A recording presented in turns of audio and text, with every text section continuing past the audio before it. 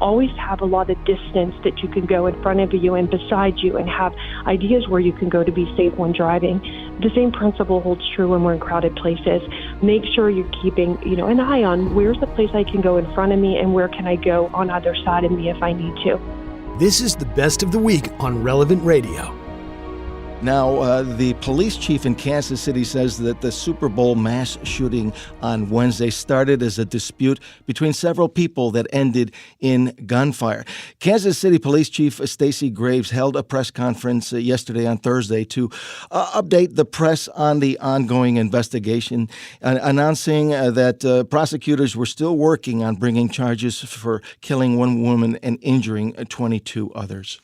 First and foremost, I want to stress that preliminary investigative findings have shown there was no nexus to terrorism or homegrown violent extremism.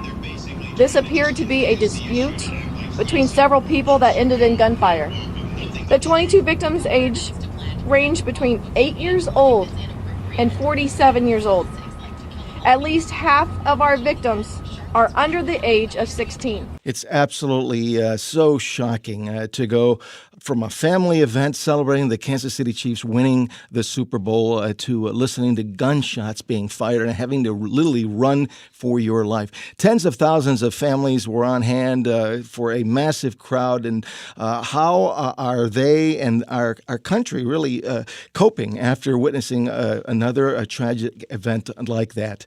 Rhonda Stark is joining us live this morning from Canton, Ohio, to talk about the Kansas City Chiefs parade shooting and how parents and kids can cope with another senseless shooting. Rhonda has 24 plus years of experience as a licensed clinical counselor and holds a supervisory status to endorse new graduates for licensure. She is a graduate of Yale University Executive Management Program. She's a frequent expert guest providing psychological analysis of the news to more than 1,200 radio shows across the country. Good morning, Rhonda. Welcome back to Morning Air. Thanks so much for joining us. And it's great to be back with you, though it's always under these kind of sad circumstances. First of all, I wanted to get to your, professional experience as a clinical counselor. When you heard of yet another tragic shooting, this time at a joyous Kansas City Chiefs Super Bowl parade celebration, what was your reaction? Well, probably the same as you and most of the listeners is we were surprised when we first hear about these children right away to hear that there would be 11 children under the age of 15. And we look at that and it's not, you hear a lot of terrible news, but when you hear about this young group of children involved, I think a lot of people went to the TV or to their news article right away because we want to figure out why and how and who would ever do this with a group of children. When we go to a parade, whether it's at Disney World or our local parade, we always, we know there's going to be probably about half the people there are going to be children because parades are really for families. And so the first thought that I had was much the same as you is, who are these people that would do this? And where do they come from? What would lead them to do this? We all grasp for understanding in these circumstances. We all want to know why, how can this be? And so I think a lot of the listeners today, as they talk with their young children about this and their spouses and their families and just, wanting to understand it, most events that you go to, such as soccer or cheerleading or any kind of event that have small children, you'll see the 17-year-olds, 18-year-olds all, kind of taking good care of the little ones and, looking out for them, talking about, how sweet they are, how fun they are, how precious they are. And when you hear that it was 2 juveniles that are still being held at this point, and you hear about the 11 individuals that went to the Mercy Children's Hospital in Kansas City, you have to try to think, where and how did this happen? Many of the listeners, these are families that they go to church on the weekends. They have dinners at a table with all of the members of the family present. They come from situations where this type of shooter would never come from, because when you have your place of belonging and you have that family unit, you have at least one parent or grandparent intact at home taking care of you. That's not what we're likely to see unfold when they release the backgrounds at some point of these shooters. The type of person that would do something like this is definitely someone from a neighborhood that may be just chaotic or not like disorganized, not a lot of community events happening in that neighborhood that person would be involved in. From a family where there's a lot of dysfunction, very likely from a place where there's one or two parents with alcohol or drug issues. It's something that would be the background. What I'm presenting is just the most likely scenario from mental health field of what these two possible shooters would have come from. Well, Rhonda, we now know that the shooting was the result of a dispute amongst themselves, and but you got to wonder, how could anybody do something like that at such a joyous celebration with hundreds of thousands of Chiefs fans and all these families on hand and have so little regard for human life? I mean, whatever argument it is, if you're shooting into the air, people are going to die. People are going to get hurt. Absolutely. Absolutely. And when they stated that one of the shooters even was like spinning around, turning while doing it. So clearly in their peripheral vision would not have even known who was being shot at. And so definitely, and that's where we try to understand, our minds have anxiety until we start to get an understanding. And right now, our country is reeling with this event that was supposed to be celebration and joy. And now instead there's anxiety. When you see anything about this in the media or friends are talking about it, you get anxiety. So one thing I always hope to do is to try to bring a little bit of peace, if we can, in these circumstances to the listeners, and to try to start to understand what, the two people that are still being held, if they're the ones that have done this, they don't come from a place that you do or that I do or that most of these listeners do.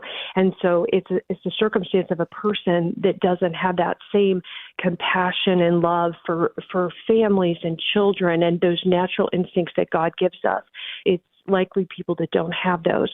And alcohol, drugs, all kinds of circumstances can cause people not to retain a strong sense of what God made us all with those feelings that we have toward others. And so it's just starting to bring a little understanding to that and helping the parents at home that their children may ask, or the next parade or crowded event that comes up, the children may ask, their parents will remember what happened at that Kansas City parade, after the football, the Super Bowl victory. Are we safe, Mom? Are we safe, Dad? And helping those parents to have those conversations with the kids about it. And even if they're in passing this morning or on the way to school, ask about it. And really the best thing to do is for the parent to make sure that they're calm when they talk about it, because our children pick up on, if we're talking very speedily because we're nervous, or if we're sweating when we're talking, they kind of sense that. So if our vitals are, our heart rate is up, our kids are going to perceive that. So I always want parents to be as calm as they can. Like, don't come from hearing the news story, being upset yourself, and then going and talking to your child. Rather, make certain that you deep breathe and calm down and come from a place of peace. Maybe after you do your morning rosary, after you do your devotion, go at that time and talk to your child calmly and explain, and don't over-explain. Some parents, they want to console and just, hug tightly and just over-console their child. But we don't want to do that either, because it creates in a child's mind the idea that this must be really something really, really bad. It's out of control, and they get a little nervous about that. So we come from a place of calmness. We just answer any questions they have. If there are any kind of mental health or developmental issues the child is going through, we consider that when we're answering the questions. We modify what we say based on that, and we try to keep it brief. And we always encourage these young children, make sure that you get through the story. If it's something that they know a whole lot about, make sure you get through the story with them 4 times, not just one, but 4 times in a casual way.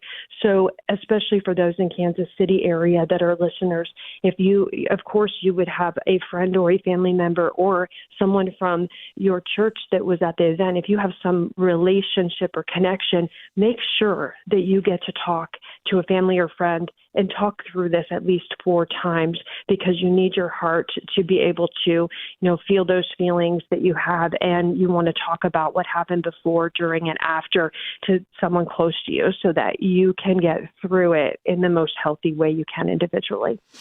And Rhonda, as I saw what was happening in real time, I happened to switch on the TV and catch all of the coverage. I couldn't help but think to myself of my own child a few years back in 2016 when my son was 8 years old. I took him to the Chicago Cubs World Series Championship Parade with about 5 million people on hand in Chicago's lakefront. And, you just can't even imagine, going to a celebration like that where it's supposed to be fun and joy, and you're picking up confetti and you're getting souvenirs and you're having a good time. And then all of a sudden it all breaks out and a gunshot's firing and you're running for your life. And that's all I could think of as a parent, just how upsetting it must be for any parent that was at that rally, anybody that was affected. Yes, and like you said, you think back to similar circumstances that you were in with your children, and you just think about, this. If it happened then, it could have been anywhere. What would you do? Or what if your child, has that same thought, like, hey, Dad, guess what? I keep thinking about when we went to that event. Wow, I'm glad we're okay. And is there anything that we could do if we went again to be safe? And those are conversations that have answers. And in some of those situations, I always let my children know. My children, they're growing up, right? They're teenagers, and one is a young adult now. We still have these conversations of what you do if you're in that situation. Anytime there's a very crowded place, you want to let your kids know, hey, just in case anything happens, here, do you see that pole over there? Do you see that little place where you can get a hot dog? That's where we're going to meet. If that's a good, if that looks like a safe place, that's where we're going to go. You always want to have, and of course you're grabbing your kids and going in a direction of safety, but if for some reason you get separated, a quick story, but when you take driving classes, in for example, the state of Florida, they teach you always have a lot of distance that you can go in front of you and beside you and have ideas where you can go to be safe when driving. The same principle holds true when we're in crowded places. Make sure you're keeping, an eye on where's the place I can go in front of me and where can I go on either side of me if I need to. And as a parent, if they're young children, keep that in mind as they become teenagers and go places themselves. It's always a good idea not to think too much about it, but just very quickly when you go to a place like that, get that in mind. And that gives individuals a sense of control and confidence when they enter those situations. Rhonda, your final thoughts. My final thoughts are, if you're feeling anxiety today, go to childrensmercy.org website. They did a beautiful job in setting up a way for everyone, no matter who you are, to get through the situation. If you're in California, if you're in Kansas City, wherever, they have great guidelines. Additionally, there are two things I encourage parents to do. There is a place you can hit a tab that says send a message at childrensmercy.org. You can send a message to the children or the families, and it's free. All you do is hit that little tab, send an inspirational message. It'll put your children in a place where they feel like they did something to help these families. And it's, in times like this, we all want to be able to do something. There's also the emergency fund button as well. But I encourage people just to send the message. Well, Rhonda, we are united in prayer for the good people of Kansas City, and in a special way for Lisa Lopez Galvan, the mother of two who died, a Catholic, a local radio DJ. Thank you so much for being with us. Really appreciate your expert perspective. Thank you. Like what you just heard? Share it with your family and friends. And thanks for listening.